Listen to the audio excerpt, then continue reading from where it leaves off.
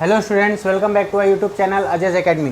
Last lecture में हमने Pythagoras theorem topic start किया था, जिसमें हम लोग ने बेसिक्स देखा था 2.1 का।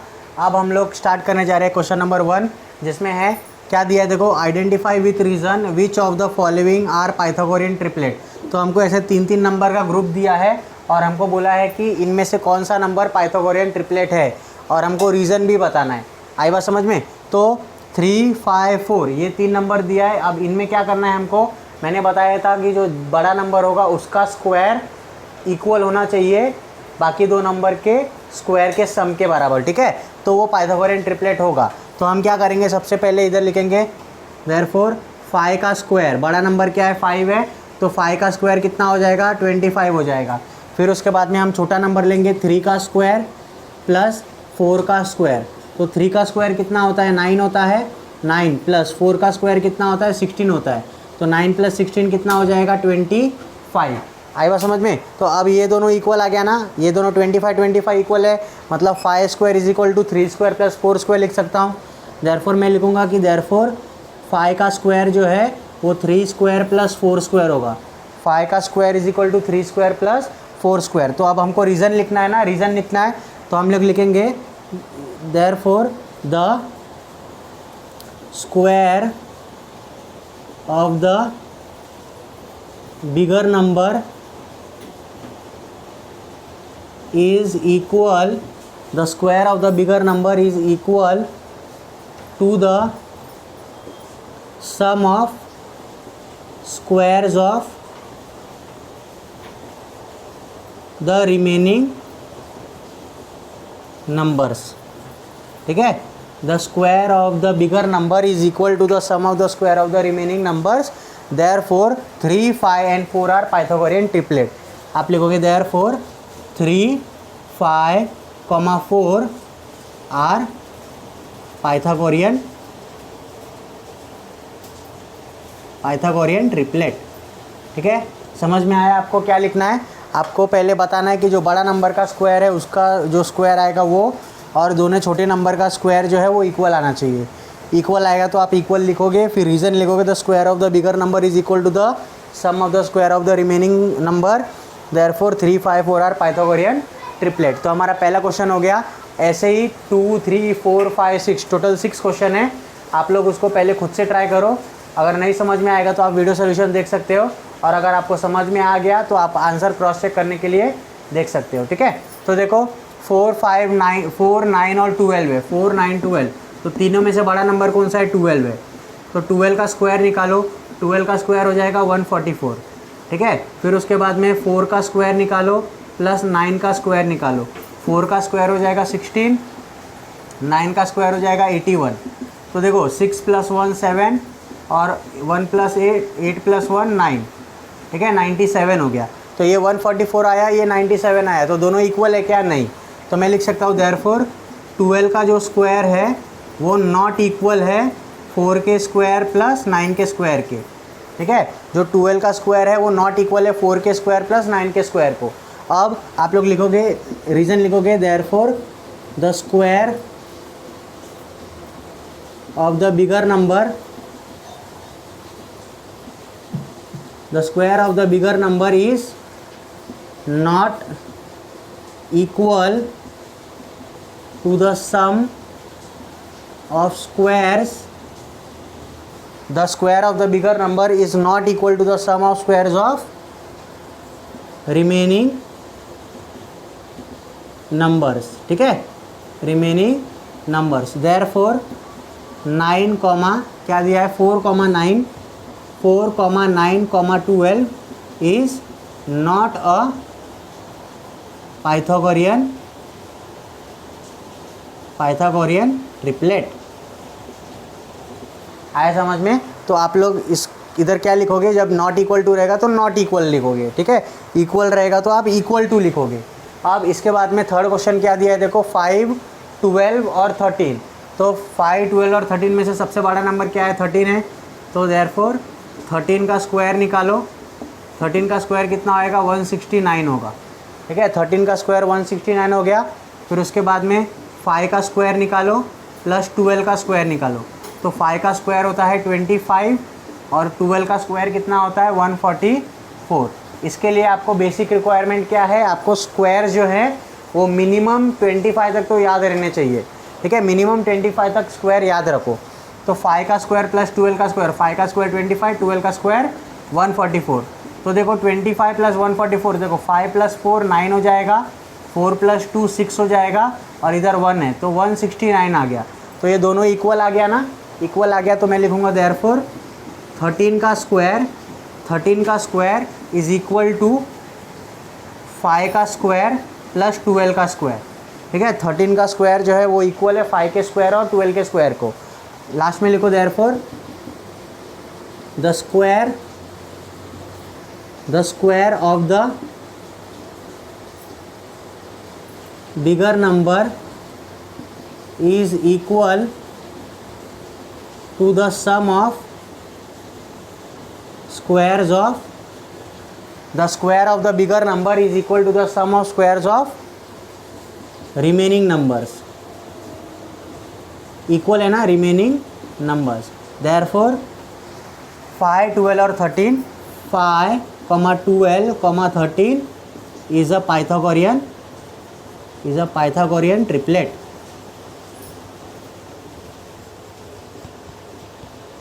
Is a Pythagorean triplet. तो हमने 3 क्वेश्चन सॉल्व कर दिया। अब इसके बाद हम लोग क्वेश्चन नंबर 4 5 और 6 देखते हैं। तो अब देखते हैं क्वेश्चन नंबर 4 क्या दिया है। क्वेश्चन नंबर 4 में 24 70 और 74 दिया है। तो ये तीनों में बड़ा नंबर कौन सा है 74। तो उसका स्क्वायर निकालो पहले, 74 मल्टीप्लाई बाय 74। तो 4 4 ज़ा 16, 1 कैरी, 4 7 ज़ा 28, 29 आ जाएगा। फिर 7 4 ज़ा 28, 2 कैरी, 7 7 ज़ा 49, 50 और 51 हो जाएगा, ठीक है। तो ये हो जाएगा 6, 9 प्लस 8 17, 1 कैरी 2 3 4 और 5 आ जाएगा, ठीक है। तो 74 का स्क्वायर कितना हो जाएगा, 74 का स्क्वायर हो जाएगा 5 4 7 6, ठीक है। फिर उसके बाद में जो छोटे छोटे नंबर है उनके स्क्वायर को क्या करना है, ऐड करना है। देयरफॉर 24 का स्क्वायर प्लस 70 का स्क्वायर इज इक्वल टू 24 का स्क्वायर क्या होता है, 24 का स्क्वायर होता है 576 प्लस 70 का स्क्वायर क्या होगा, देखो 7 का स्क्वायर हो जाएगा 49 और पीछे 0 है तो 2 0 ऐड कर देने का। स्क्वायर किया मतलब 2 0 ऐड करने का। इज इक्वल टू इन दोनों को ऐड करोगे तो देखो 0 प्लस 6 6 आ जाएगा, 0 प्लस 7 7 आ जाएगा, 9 प्लस 5 14 हो जाएगा, और इधर 1 कैरी 4 प्लस 5 4 प्लस 1 5 हो जाएगा। तो 5 4 7 6 आ गया, 5 4 7 6 आ गया, ठीक है। तो ये दोनों देखो ये इक्वल आ गया, मतलब ये दोनों भी इक्वल है। देयरफॉर मैं लिख सकता हूँ देयरफॉर 74 का जो स्क्वायर है वो इक्वल हो जाएगा किसके, 24 के स्क्वायर को प्लस 70 के स्क्वायर को। 74 का जो स्क्वायर है वो 24 के स्क्वायर को और 70 के स्क्वायर को इक्वल हो गया। अब इधर लिखने का therefore the square of the bigger number is equal to the sum of the square of the remaining number. Therefore जो भी नंबर आएगा आपका 24 70 और 74 इज़ पाइथागोरियन ट्रिपलेट। तो ये जो तीनों नंबर है वो क्या हो जाएंगे, पाइथागोरियन ट्रिपलेट हो जाएंगे, ठीक है। फिर अभी उसके बाद में देखो ये 10 24 और 27 है। तो तीनों में से बड़ा नंबर क्या है, 27 है।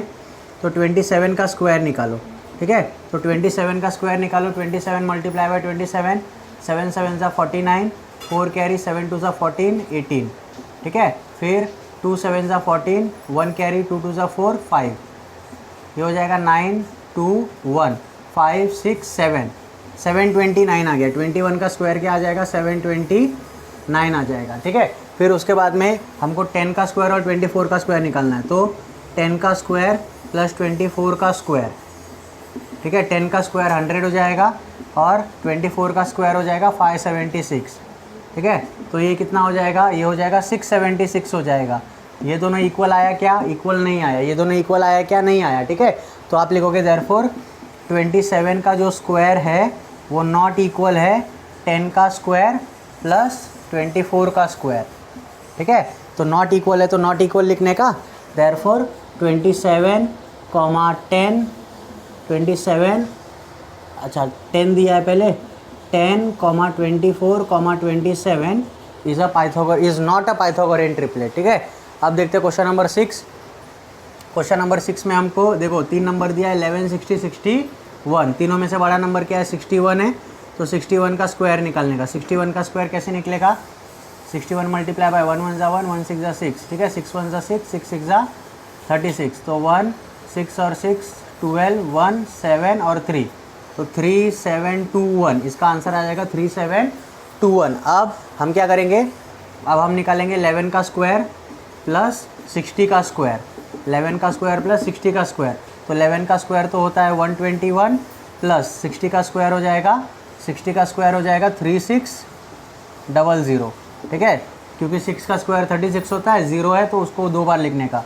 अब देखो 1 प्लस ये 0 1 आ जाएगा, ये 2 आ जाएगा, ये 6 और 1 7 हो जाएगा, और ये हो जाएगा 3, तो 3721 आ गया, 3721 आ गया। तो देयरफॉर लिखोगे 61 का जो स्क्वायर है वो इक्वल हो जाएगा 11 के स्क्वायर के बराबर प्लस 60 के स्क्वायर के बराबर, ठीक है। तो ये दोनों का स्क्वायर इक्वल हो गया, इक्वल हो जाएगा तो आप बोलोगे कि दे आर पाइथागोरियन ट्रिपलेट। तो हम लिखेंगे 11, 60, 61 इज़ अ पाइथागोरियन ट्रिपलेट। आई बात समझ में। तो हमारे क्वेश्चन नंबर 1 में टोटल 6 सब क्वेश्चंस थे, ठीक है। हमको बताना था कि कौन सा पाइथागोरियन ट्रिपलेट है, कौन सा पाइथागोरियन ट्रिपलेट नहीं है। तो हमने सॉल्व किया, आप लोग खुद से घर पे ट्राई करो, और भी एग्जांपल्स आपके टेक्स्ट बुक में दिए हैं, वो भी आप सॉल्व करके चेक कर सकते हो, ठीक है। अब इसके बाद हम लोग देखेंगे क्वेश्चन नंबर 2 क्या है। अब क्वेश्चन नंबर 2 देखो क्या दिया है हमको, ये फिगर दिया है ट्रायंगल MNP। ये ट्रायंगल MNP में एंगल M जो है वो 90 डिग्री है, ठीक है। इन the adjoining figure angle MNP is 90 degree. Segment NQ जो है वो MP को क्या है, परपेंडिकुलर है। MP को क्या है, परपेंडिकुलर है।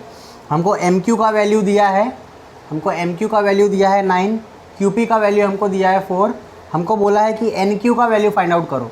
तो ऐसा कब होता है, देखो हमको ये दोनों वैल्यू दिया है और ये बीच में का वैल्यू फाइंड आउट करना है, तो हम यहाँ पे सिंपल क्या यूज़ करेंगे, ज्योमेट्रिक मीन का प्रॉपर्टी यूज़ करेंगे। तो हमको ये दोनों दिया है, इसका वैल्यू हमको मिल जाएगा। तो हम लोग लिखेंगे कि सोल्यूशन में डायरेक्टली लिखते हैं हम लोग, सोल्यूशन में कि इन ट्रायंगल MNP, ठीक है, एंगल MNP जो है वो कितना दिया है, 90 डिग्री दिया है, ठीक है। कितना दिया है, 90 डिग्री दिया है। और NQ जो है वो क्या है, सेगमेंट, ये गिवन है, ठीक है। और NQ जो है वो परपेंडिकुलर है किसको, सेगमेंट MP को।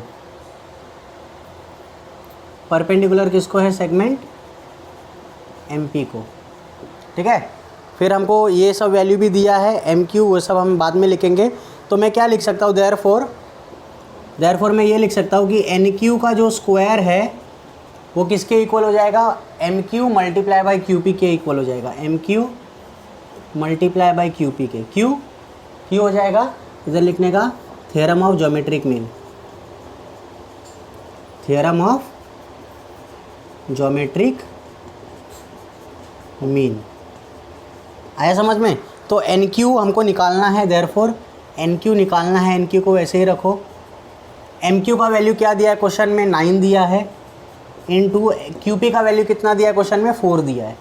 मतलब NQ का स्क्वायर 9 इंटू 4 है, ठीक है। तो NQ कितना हो जाएगा, देखो NQ का स्क्वायर जो है वो 9 4 ज़ा 36 होता है। आई बात समझ में। अब ये जो स्क्वायर है वो साइड जाकर क्या बनेगा, रूट बनेगा। देयरफॉर NQ जो है वो क्या हो जाएगा, अंडर रूट ऑफ 36 हो जाएगा। यहाँ पे रीज़न लिख दो, taking square root on both side, taking square root on both side, ठीक है। तो NQ का वैल्यू क्या मिल जाएगा, देयरफॉर NQ का वैल्यू क्या मिल जाएगा, अंडर रूट ऑफ 36 कितना होता है, 6 होता है। तो NQ का वैल्यू हो जाएगा 6। अब क्वेश्चन में कोई यूनिट नहीं दिया है तो आप इधर सिर्फ यूनिट्स लिखोगे, 6 यूनिट्स, सेंटीमीटर वगैरह कुछ बोला नहीं है, तो आप लोग सिर्फ यहाँ पे यूनिट्स लिखोगे, ठीक है। तो बहुत ही आसान क्वेश्चन था। हमको ये ट्रायंगल दिया है, NQ फाइंड आउट करने बोला है, ये दोनों वैल्यू दिया गिवन है, ठीक है। सिंपल सा हम लोग ज्योमेट्रिक मीन का प्रॉपर्टी यूज़ करेंगे। क्वेश्चन नंबर 3 भी एकदम सेम डिट्टो क्वेश्चन है, लेकिन उसमें से थोड़ा सा अलग कुछ फाइंड आउट करने बोला है। प्रॉपर्टी यही यूज़ करना है, लेकिन क्वेश्चन में जो पूछा है ना वो थोड़ा अलग है। तो अभी इसके बाद हम लोग वो क्वेश्चन देखते हैं। अब जैसे मैंने बताया क्वेश्चन नंबर 3 क्या है, क्वेश्चन नंबर 3 में ये ट्रायंगल दिया है, ठीक है। इसमें हम लोग को एंगल QPR जो है, QPR ये वाला एंगल 90 दिया है, ठीक है। सेगमेंट PM जो है वो परपेंडिकुलर टू QR है। ये जो पी एम है वो परपेंडिकुलर किसको है, ये क्यू आर को परपेंडिकुलर है, और क्यू एम आर जो है वो तीनों पॉइंट कोलिनियर है। ठीक है, हमको पी एम का वैल्यू 10 दिया है, क्यू एम का वैल्यू 8 दिया है, हमको क्यू आर निकालना है, क्यू आर पूरा निकालना है। ठीक है, तो सबसे पहले देखो, अगर ये ज्योमेट्रिक मीन है तो इसका स्क्वायर इज इक्वल टू इसका प्रोडक्ट, इन दोनों का प्रोडक्ट हो जाएगा। ठीक है, पी एम का square is equal to Q M into M R हो जाएगा, वहाँ से हमको एम आर मिल जाएगा। ठीक है, जब एम आर मिल जाएगा तो हम क्या करेंगे, क्यू एम और एम आर को ऐड कर देंगे तो हमको क्यू आर मिल जाएगा। काफ़ी सिंपल क्वेश्चन है, 2 मार्क्स का। तो हम लोग लिखेंगे सोल्यूशन में, ठीक है, कि angle इंट्रैंगल Q P R, इंट्रैंगल Q P R, ठीक है, एंगल क्यू पी आर जो है वो 90 डिग्री है। ठीक है, 90 डिग्री है, और जो पी एम है, सेगमेंट पी एम, वो परपेंडिकुलर है किसको, पी एम है परपेंडिकुलर है किसको, क्यू आर को, सेगमेंट क्यू आर को। ठीक है, फिर उसके बाद में क्यू एम आर जो कोलिनियर है, हमको पी एम का वैल्यू क्यू एम का वैल्यू दिया है, हमको फाइंड आउट करना है। तो हम लिखेंगे देयरफॉर, मैं लिख सकता हूँ कि पी एम का स्क्वायर जो है, पी एम का स्क्वायर जो है वो हो जाएगा Q M multiply by M R. ठीक है, Q M multiply by M are. तो हमको पी एम का वैल्यू दिया है 10, तो 10 का square is equal to Q M का वैल्यू 8 है, इनटू एम आर का वैल्यू नहीं मालूम, तो एम आर वैसे ही लिखो।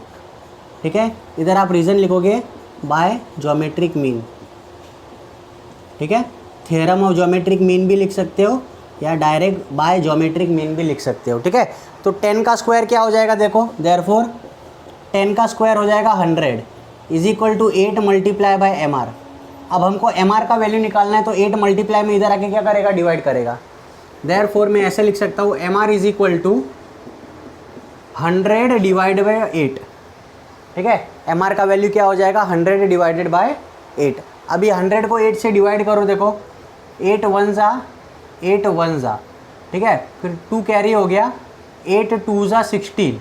ठीक है, फिर 4 बचा, 4 छोटा है तो मैं इधर पॉइंट डालूंगा और एक 0 ऐड करूंगा, 4 5 ज़ा। ठीक है, तो देयरफॉर एम आर का वैल्यू क्या मिल जाएगा मेरे को, एम आर का वैल्यू 12.5 मिल गया यूनिट्स, कुछ मेंशन नहीं है मतलब यूनिट्स। एम आर का वैल्यू मिल गया, लेकिन हमको एम आर का वैल्यू नहीं चाहिए, हमको एम आर का वैल्यू नहीं चाहिए, हमको क्यू आर का वैल्यू चाहिए। तो जो क्यू आर है वो q m plus m are तो है ना, जो क्यू आर है देयरफॉर क्यू आर जो है वो q m plus m r है, Q m plus m are. तो q r is equal to, Q m कितना है, क्यू एम हमको क्वेश्चन में दिया है 8 है, प्लस एम आर कितना मिला हमको 12.5 मिला। ठीक है, देयरफॉर क्यू आर का वैल्यू क्या कर दो, ऐड कर दो, तो 12 प्लस 8 कितना हो जाएगा 20। ठीक है, 12 प्लस 8 20, और ये 0.5 यूनिट्स। यहाँ पे आप रीज़न लिखोगे कि क्यू एम आर कोलिनियर है, क्यू एम आर जो तीनों पॉइंट है वो क्या है, आपस में कोलिनियर है। ठीक है, तो क्यू आर का वैल्यू हमको क्या मिल गया, 20.5 यूनिट्स मिल गया। ठीक है, तो काफ़ी आसान क्वेश्चन है, 2 मार्क्स के लिए आएगा आपको एग्जाम में, बस आपको ज्योमेट्रिक मीन का प्रॉपर्टी है वो यूज़ करने आना चाहिए। अब क्वेश्चन नंबर 4 देखिए क्या दिया है। क्वेश्चन नंबर 4 में हमको एक ट्रायंगल दिया है PSR। ठीक है, इसमें एंगल P जो है वो 30 डिग्री दिया है, एंगल S जो है वो 90 डिग्री दिया है, एंगल R कुछ बोला नहीं है, और साइड SR जो है वो 6 बोला है। ठीक है, हमको बोला है कि इन the adjoining figure find RP, हमको RP निकालना है और हमको PS निकालना है। ठीक है, using the information given in triangle PSR। तो क्वेश्चन नंबर 4 और 5 सॉल्व करने से पहले है ना, आपको थोड़ा 9th का बेसिक प्रॉपर्टी बता देता हूँ। देखो राइट एंगल ट्रायंगल जो होता है ना, राइट एंगल ट्रायंगल जो होता है उसमें एक एंगल 90 डिग्री होता है। ठीक है, एक एंगल क्या होता है, 90 डिग्री होता है, और बचा हुआ 2 एंगल रहेगा ना वो कुछ भी हो सकता है। ठीक है, कुछ भी हो सकता है, ये 70 हो सकता है, ये 20 हो सकता है, ये 50 हो सकता है, ये 40 हो सकता है, कुछ भी हो सकता है। लेकिन हम लोग जब राइट एंगल ट्रायंगल पढ़ते हैं ना, तो हम लोग 2 बेसिक स्पेशल टाइप के ट्रायंगल पढ़ते हैं, जिसमें एक एंगल 30 डिग्री होता है, ये एंगल 60 डिग्री होता है। ठीक है, एक 30 डिग्री होता है, ये 60 होता है, और एक 45 होता है, और ये वाला भी 45 होता है। ठीक है, और ये 90 डिग्री होता है। जैसे मैं ट्रायंगल को नाम दे दूँ ABC, और ये XYZ ले लो, समझो XYZ। ठीक है, ABC और XYZ। तो ये दो स्पेशल टाइप के जो ट्रायंगल होते हैं इनकी कुछ प्रॉपर्टीज़ होती हैं। क्या प्रॉपर्टी होती हैं? देखो, इस ट्रायंगल में एक एंगल 30 है, दूसरा 60 है, तीसरा 90 है। इसमें दो एंगल 45 और तीसरा 90 है। आई बात समझ में? तो इस वाले ट्रायंगल की प्रॉपर्टी क्या होती है मालूम है क्या? जब भी आपका ट्रायंगल 30 60 90 ट्रायंगल बन जाएगा ना, जैसे ये 30 60 90 ट्रायंगल है, जब भी आपका 30 60 90 ट्रायंगल बन जाएगा तो उसमें जो साइड अपोजिट टू 30 डिग्री होता है ना, साइड अपोजिट टू 30 डिग्री, 30 के अपोजिट में साइड कौन सा है? BC है। तो जो BC है ना वो क्या होगा? वो हाफ होगा। कितना? Half of hypotenuse. हाइपोटेन्यूज कितना है? AC है। ठीक है, 90 डिग्री के सामने वाली साइड क्या हो जाएगी? हाइपोटेन्यूज हो जाएगी। तो साइड अपोजिट टू जो 30 डिग्री होता है वो हाइपोटेन्यूज का आधा होता है। ठीक है, ये एक प्रॉपर्टी है। फिर उसके बाद में side opposite to 60 degree, side opposite to 60 degree AB है।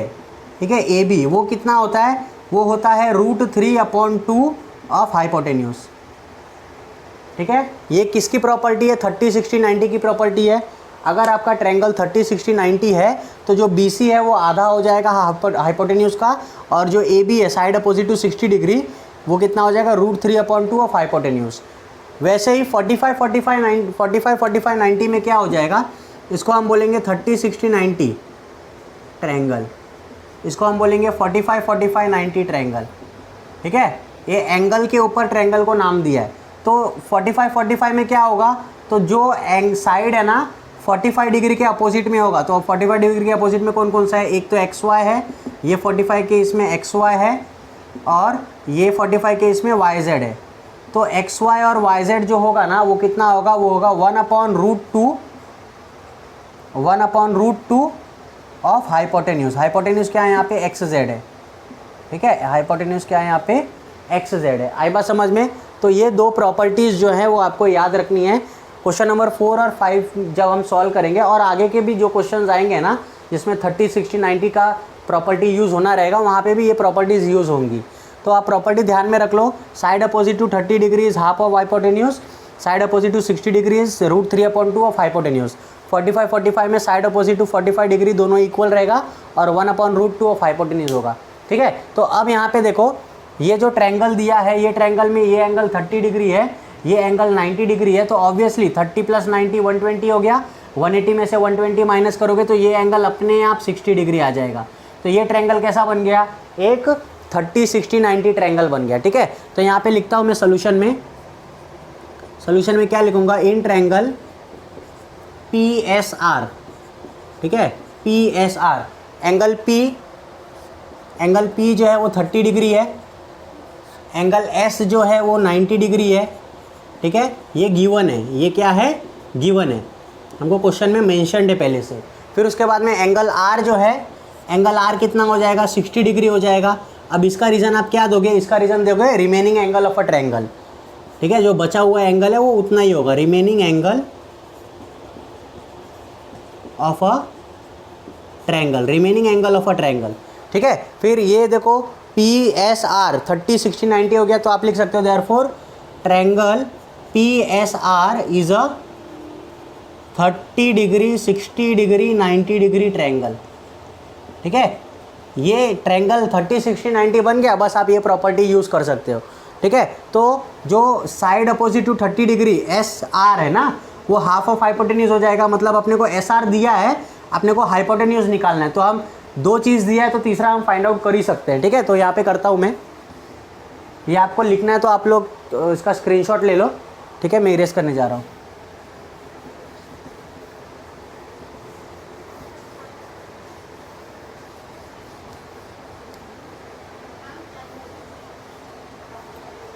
ठीक है, तो मैं ऐसा लिख सकता हूँ कि PSR 30 60 90 ट्रायंगल हो गया।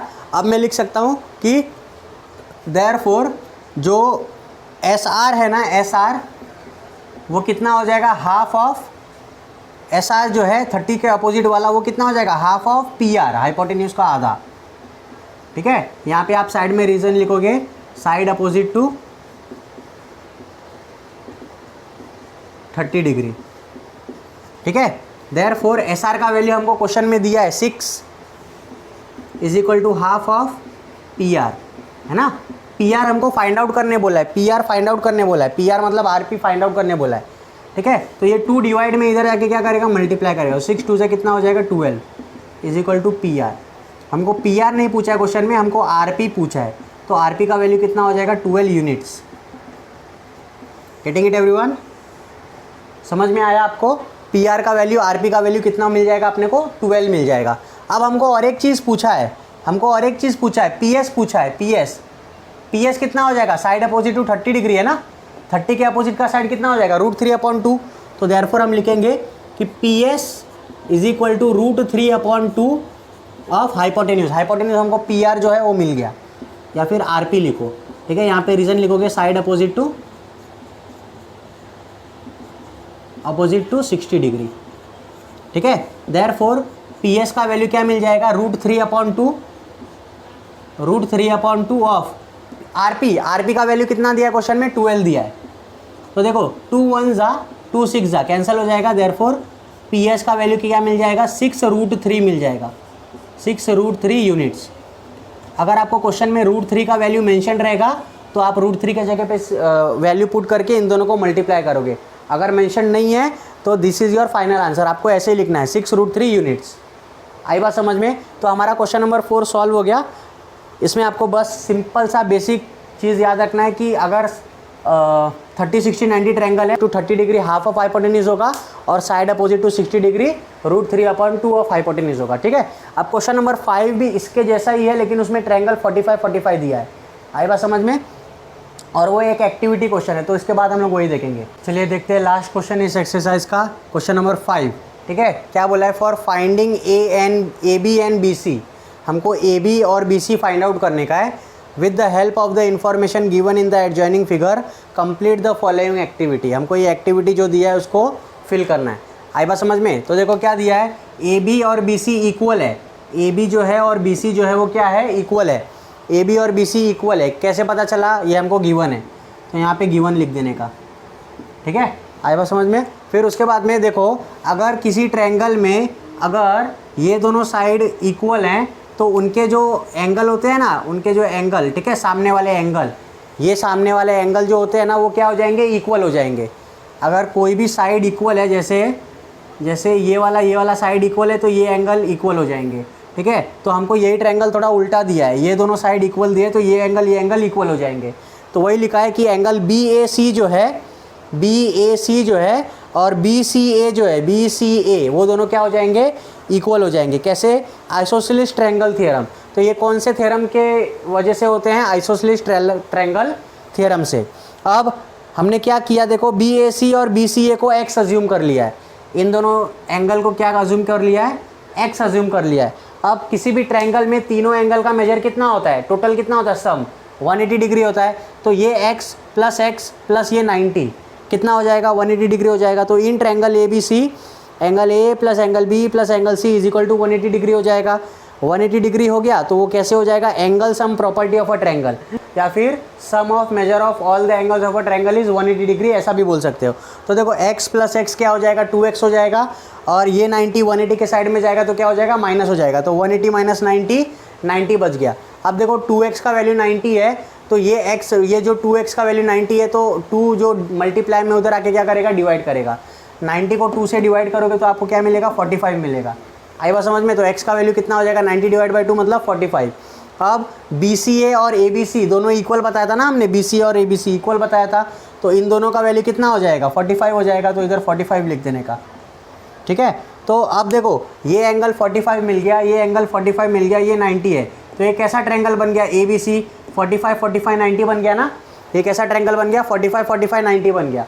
अब अगर ट्रायंगल ABC 45 45 90 है तो उसकी प्रॉपर्टी क्या है, जो भी साइड अपोजिट टू 45 डिग्री होगा वो क्या हो जाएगा, 1/√2 ऑफ हाइपोटेन्यूज हो जाएगा।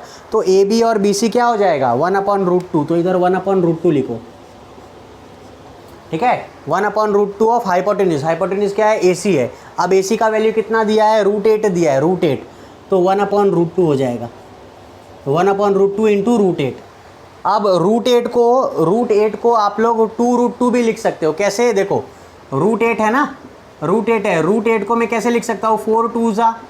अब मैंने क्या बताया, अंदर जो स्क्वायर नंबर रहेगा वो बाहर आके 2 बन जाता है, उसका रूट हो जाता है। तो 4 का 2 बन गया और अंदर √2 बच गया। तो √8 को हम 2√2 भी लिख सकते हैं और ये 1/√2 ऐसे ही रहेगा 1/√2।